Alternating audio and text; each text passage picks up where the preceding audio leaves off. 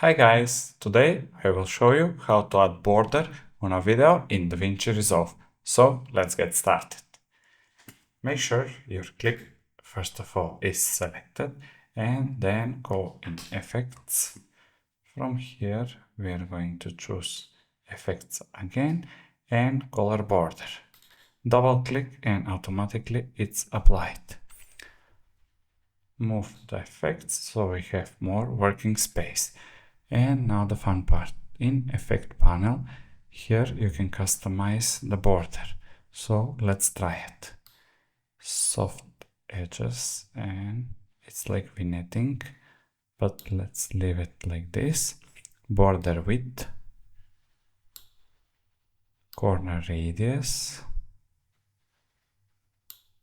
and best of all the color.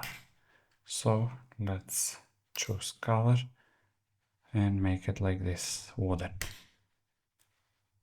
And that's how easy it is to make a border on any video. Thank you so much for watching and see you in the next one.